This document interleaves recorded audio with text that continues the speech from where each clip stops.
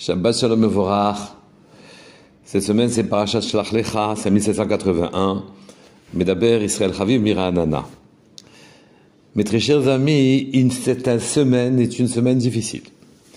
Puisque, naturellement, dans cette semaine-là, les événements dans le désert n'étaient pas favorables.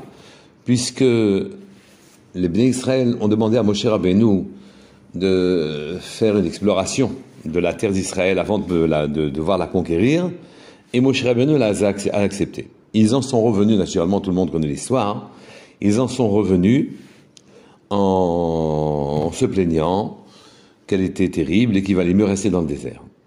Sauf Kalev ben Yefunne et Yeshua ben Nun, qui eux ont incité les Bnei Israël à rentrer en Israël. On sortait d'Égypte, très rapidement on devait atteindre notre terre, et les gens qui ont été explorés, finalement, sont revenus déçus et ont empêché les Bnei Israël de rentrer chez eux. Mais si cette histoire a été racontée dans le Chumash, la Torah n'est pas un récit d'histoire, elle est éternelle. Et que donc les psukim, il s'agit d'en comprendre le sens, de façon à ce qu'ils nous servent encore aujourd'hui. Ils cachent des conseils, des comportements que nous devrions avoir encore aujourd'hui, et ces psukim s'appliquent aussi à nous. Le deuxième pasuk dit « Shlach lecha anashim » « Envoie pour toi anashim, des émissaires, des hommes, « Vayatoru et eretz kna'an, asher ani noten libnei Israël, ish echad, les maté avotav, tishlechu kol nasi bahem. » Akadosh Baruch Hu dit à Moshe Rabbeinu, envoie pour toi des hommes, envoie pour toi, Rashi dit les da'atra. Moi, je ne pense pas que ce soit nécessaire. Si toi tu veux envoyer des gens, d'atrer dans ta hâte, envoie des gens pour explorer la terre. Ici, encore une fois, Shlach lecha, ça décrit l'histoire qui s'est passée dans le désert. Envoie pour toi des hommes pour explorer la terre, mais il s'agit pour nous aussi, c'est un passage qui s'applique encore à nous, aujourd'hui. Il faut comprendre quelle leçon, quel secret se cache derrière ces psukim. Analysons un petit peu les psukim. Le premier pasuk nous dit, Shlach lecha, envoie pour toi des émissaires pour conquérir la terre. Beaucoup plus loin dans la paracha, c'est marqué, Vayashuvu mitur haaretz miketz arbaim yom.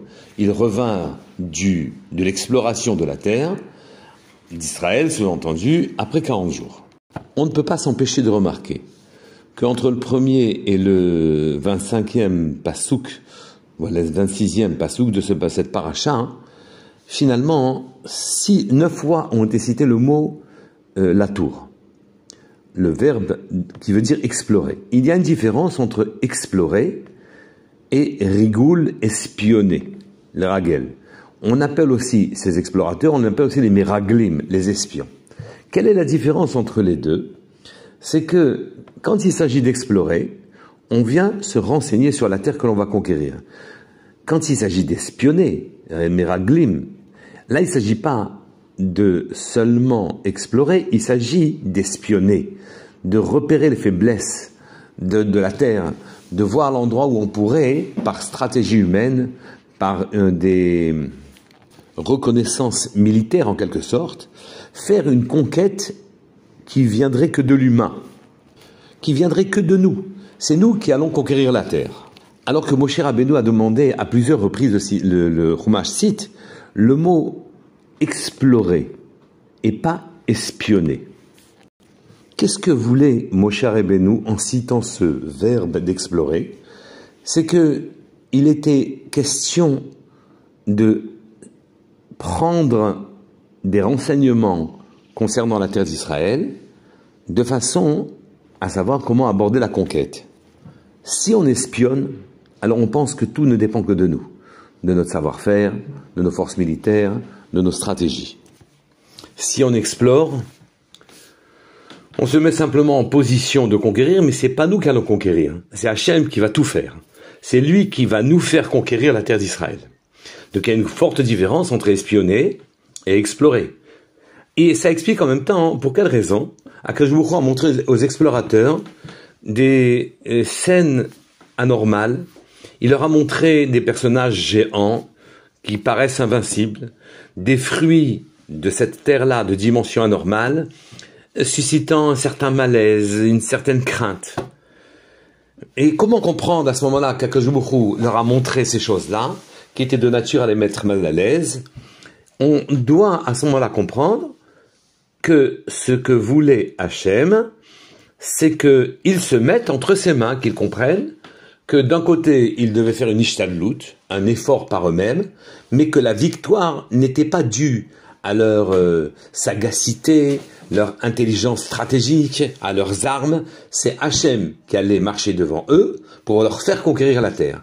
Il s'agissait d'explorer. Et donc quand il leur a montré des personnages inhabituels, d'une force inhabituelle, il voulait leur montrer qu'ils n'allaient pas eux conquérir. Hachem allait les conquérir. Ces gens-là étaient déjà donnés dans leurs mains.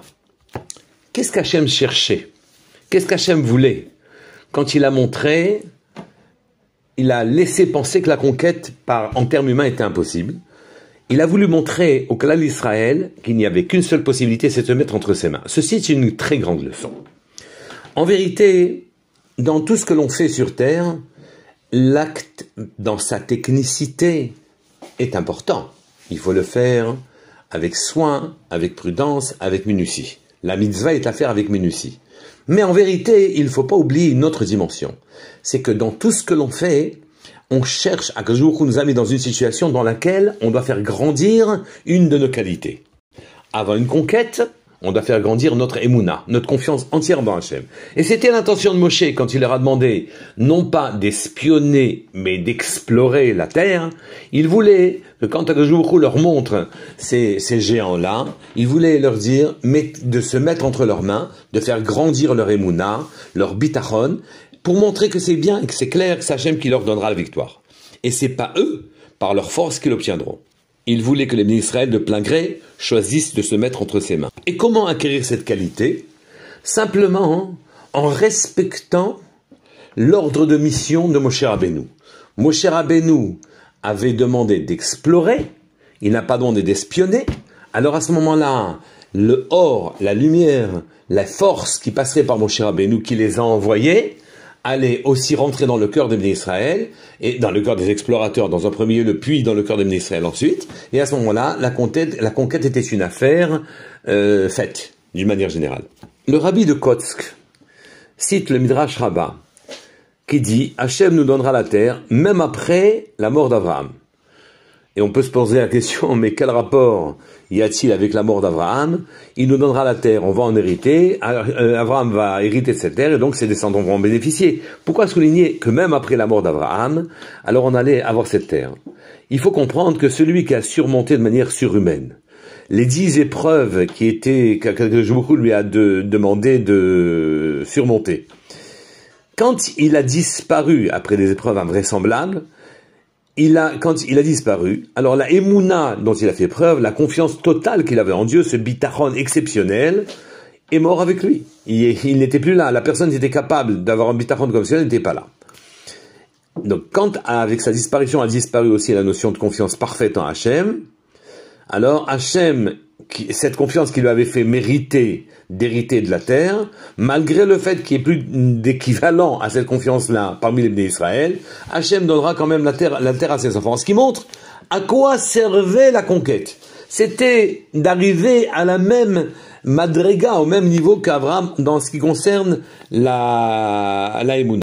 Encore une fois, il nous faut comprendre que derrière toutes les occurrences de notre existence, les réactions que l'on attend de nous, tout ce que l'on fait d'une manière générale, les mitzvot que l'on accomplit, tout ça ont deux aspects. Un aspect technique, qu'il faut faire avec soin, et le seul fait que apparaisse une occurrence qui nous donne l'occasion de faire ce qu'on doit faire, à ce moment-là, ça sous-entend au-delà de l'aspect purement technique, qu'il fallait avoir ou acquérir des qualités nécessaires, ou bien renforcer des qualités existantes, pour pouvoir accomplir ce geste. Et ce qui compte, autant que le geste, c'est les qualités qui l'accompagnent, et la réussite vient en quelque sorte sanctionner et récompenser les qualités, autant que le geste.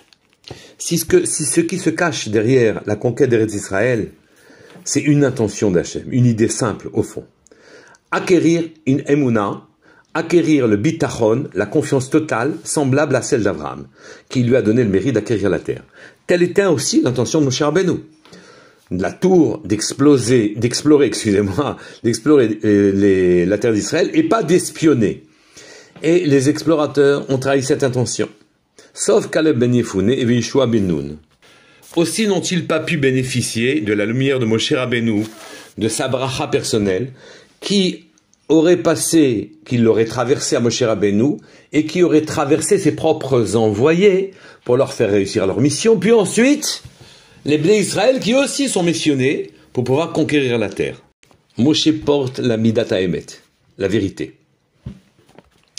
pure, la vérité totale. Et la vérité, c'est que c'est Hachem qui donne la victoire aux hommes. C'est pas les hommes qui ont la victoire. Il suffirait d'un grain de sable pour faire dérailler les meilleures stratégies. Hachem dirige le monde dans ses moindres détails. C'est ce que cette conquête était censée nous expliquer. Les Chachamim dans la Gemara nous expliquent Shlucho chez l'Adam Kamoto. L'envoyé d'un homme, c'est comme l'homme lui-même. Il a les mêmes qualités, en tout point. Moshe Rabbeinu aurait conquis la terre d'Israël par l'entremise de ses envoyés, par ses shlichim, et ses lumières auraient traversé le cœur d'Israël. Ils auraient pu acquérir les fameuses qualités qui sont nécessaires à la conquête, et c'est ça qui compte pour Hachem, plus que le Maaseh. Le Maaseh est une simple ishtadlut. Akadosh Baruch Hu nous le fait réussir pour qu'on acquiert les qualités. La force du émet, de la vérité parfaite, aurait été la leur aussi aux envoyés. Mais ils ont regardé leur situation avec les yeux des hommes. Et leur entreprise leur a paru impossible. Dès lors, elle devenait irréalisable. En fait, nous sommes tous des explorateurs, des envoyés d'Hachem sur terre. La tour est à Arès, pour pouvoir explorer le monde, instaurer le règne d'Hachem sur cette terre-là. Après ce voyage notre âme retourne sous le trône divin, après s'être grandi d'avoir réussi notre exploration sur terre. À la condition cependant d'en respecter l'ordre de mission, à la lettre et dans l'esprit. C'est ce que dit le Passouk. Quand il a dit « Vayashu mitur haaretz », Passouk dit que l'âme retourne après son séjour sur terre dans les mondes d'en haut, grandit des qualités qu'elle a acquises, à l'occasion des épreuves que les hommes subissent sur terre. La Neshama revient à ce moment-là à ses racines en s'étant enrichi, quand chacun a fait la mitzvah pour laquelle il est envoyé sur terre. La Neshama doit sur terre apprendre la grandeur d'Hachem et sentir notre pauvreté, notre impuissance, notre grossièreté terrestre, nos qualités inadaptées, non accomplies, et nos comportements avec grande faiblesse. C'est cela que le Passouk veut nous dire quand il nous dit « Shlach lecha anashim ». Envoie sur terre anashim, des malachim. Chaque mitzvah que tu fais te crée un ange, soit si tu l'as bien fait, un ange qui va venir te défendre, ou un ange accusateur quand tu as raté la mitzvah. Shlach lecha anashim, sur terre tu es là pour envoyer des malachim, pour que ces malachim fassent la jonction avec ta racine d'en haut, déjà sur terre, et que ta neshama puisse se purifier sur terre par tout ce qu'elle a réussi à accomplir et à installer l'ordre divin sur terre. La terre d'Israël est particulièrement propice à ces mitzvot, et on se rapproche naturellement avec les éléments que nous connaissons aujourd'hui de Biat HaMashiach.